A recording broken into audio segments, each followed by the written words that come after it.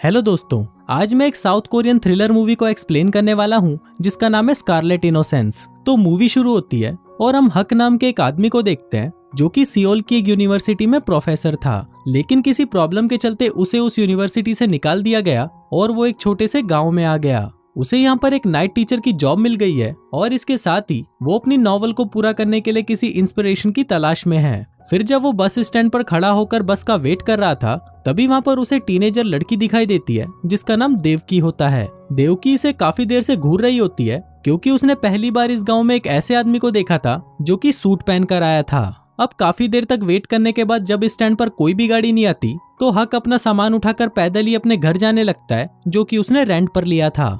फिर रात को हक उसी नाइट स्कूल में पढ़ाने जाता है जहाँ पर उसके स्टूडेंट्स बहुत बूढ़े थे और वो यहाँ पर नॉवल लिखने की पढ़ाई करने आए थे।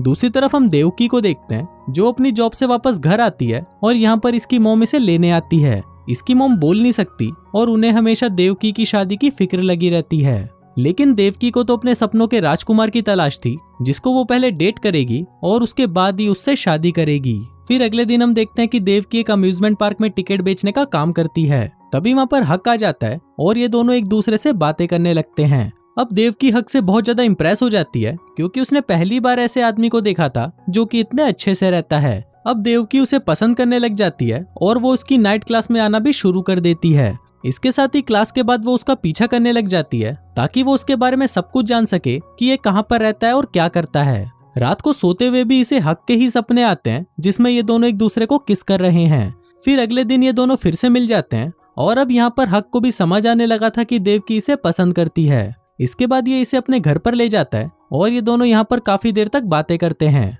हक इसे कहता है कि ये इसे सियोल घुमाने ले जाएगा और ये सुनकर देवकी बहुत खुश हो जाती है क्योंकि सियोल जाना हमेशा से ही उसका एक सपना था। तभी हक को उसकी बेटी चुंगी का कॉल आता है जो उसे वापस घर आने को बोल रही होती है। वहीं हम इसकी वाइफ को भी देखते हैं जिससे हमें पता चलता है कि ये पहले से ही शादीशुदा है। इसके बाद हक उसी रात को ही सियोल जाने के लिए निकल जाता है क्योंकि वो अपनी बेटी से बहुत प्यार करता था। वहीं देवकी से रोकने की कोशिश करती है लेकिन हक पहले तो बस में जाकर बैठ जाता है, लेकिन कुछ ही देर बाद वो उतर जाता है और देवकी को अपने घर ले जाता है जहाँ पर ये दोनों पूरी रात एक दूसरे को प्यार करते हैं। फिर अगली रात ये दोनों चुपके से अम्यूजमेंट पार्क चले जाते हैं और एक झूले के अंदर जाकर वहीं पर ही शुरू हो जाते हैं। तभी वहाँ पर अम्यूजमेंट पार्क का गार्ड आता है और इन दोनों को अश्लीलता फैलाते हुए देख लेता है। अगली सुबह तक ये बात पूरे गांव में फैल जाती है क्योंकि ये गांव बहुत ही छोटा था। फिर जब ये बात देवकी की माँ को पता चलती है तो उन्हें बहुत ही बुरा लगता है। वहीं हम देवकी को देखते हैं जो अब हक के प्यार में पूरी तरह पागल हो चुकी है और वो दिन रात सिर्फ उसी के साथ रहती है। वो रात को अपने घर तक नहीं आती और यहाँ पर उसकी बेचारी माँ पूरी रात उसका वेट करती रहती है।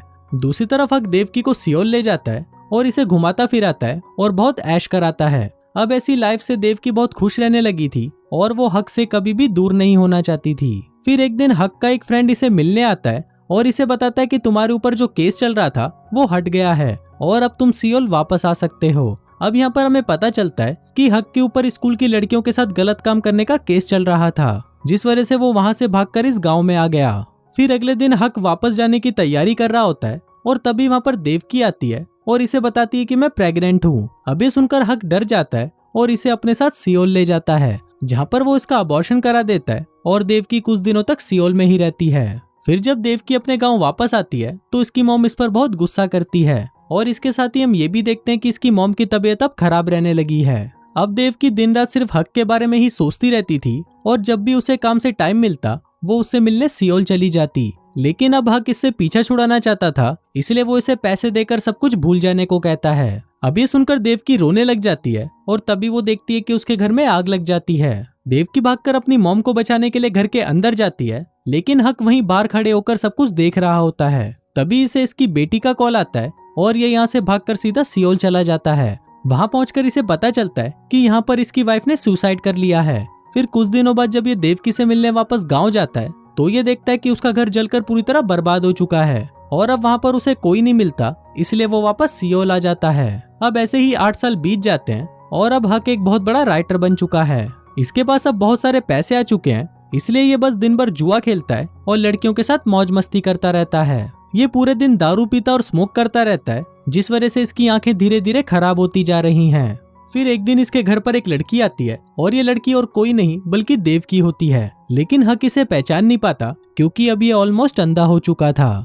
यहाँ पर देवकी से कहती है कि मैं तुम्हारी नई पड़ोसी हूँ। फिर इसके बाद वो उसे एक डॉक्टर के पास भी लेके जाती है, जो हक को कहता है कि मैं तुम्हारी आंखें ठीक तो कर दूंगा, लेकिन इसमें बहुत सारा पैसा खर्च होगा। अब पैसों का जुगाड़ करने के लिए देवकी इसे कसिनो ले जाती है, लेकिन ये यहाँ पर इसके सारे पैसे डुबा देती है और यहाँ तक कि इसके घर को भी गिरवी करवा देती है। दूसरी तरफ चुंगी को इसके डैड के सामान से देवकी की 8 साल पुरानी पेंटिंग मिलती है, जिसको देखकर वो समझ जाती है कि उसके डैड देवकी को बहुत पहले से जानते हैं। फिर घर आने के बाद देवकी हक को सेड्यूस करने लगती है और इसके बाद वो दोनों वहीं पर ही स्टार्ट हो जाते हैं। अब ये सब चुंगी भी वहाँ पर छुपकर देख रही होती है और वो समझ जाती है कि देवकी यहाँ पर किसी मकसद से आई है। फिर अगली सुबह कसिनो वाले हक के घर पर अपना पैसा वसूलने आते हैं और फिर वो उसे कहते हैं कि अगर तुमने हमें पैसे नहीं दिए तो हम तुम्हारे घर पर कब्जा कर लेंगे। तभी वहाँ पर उसकी बेटी चुंगी आ जाती है और ये लोग सब कुछ छोड़कर उसकी बेटी को उठा कर ले जाते हैं। अब हक पूरी तरह बर्बाद हो चुका था, इसलिए वो बहुत रोता है क्योंकि अब उसकी बेटी तक उससे छिन चुकी थी। फिर एक दिन देवकी से सब कुछ सच बता देती है कि मैं देवकी हूँ और मैंने ही तुम्हें जुए में कंगाल करवाया था और इसके साथ ही मैं तुम्हें ऐसी मेडिसिन दिया करती थी जिसको खाकर तुम अंधे हो गए। मैंने तुम्हें पूरी तरह बर्बाद कर दिया जैसे 8 साल पहले तुमने मुझे किया था। अभी सुनकर हक शॉक्ड हो जाता है और इसके बाद हम देवकी को देखते हैं जो उस डॉक्टर के साथ हक के सामने ही हैंकी पैंकी करने लगती है। अब यहाँ पर हक उन्हें देख तो नहीं पाता, लेकिन उनकी आवाजें सुनकर वो बहुत रोता है। दूसरी तरफ हक की बेटी उस कसिनो के ऑनर को बहुत खुश रखती थी, जिस वजह से वो बुड्ढा उसके पीछे पूरी तरह पागल हो चुका था।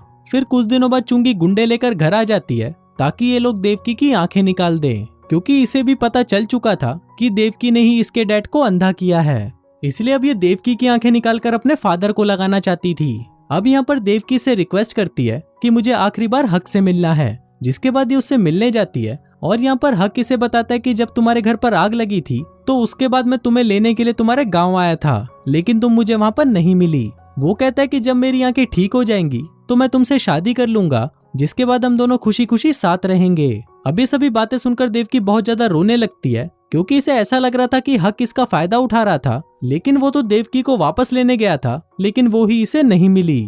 तभी वहाँ पर गुंडे आ जाते हैं और वो इन दोनों को बेहोश करके देवकी की आंखें हक को लगा देते हैं। फिर फिल्म के लास्ट सीन में हम इन दोनों को एक पार्क में बैठे हुए देखते हैं, जहाँ पर देवकी अब अंधी हो चुकी है और हक फिर से देखने लग गया है, लेकिन हक ने अभी भी इसका साथ नहीं छोड़ा और ये दोनों मिलकर अपनी पुरानी बातों को याद कर रहे होते हैं। और इसी के साथ ही ये फिल्म यहीं खत्म हो जाती है।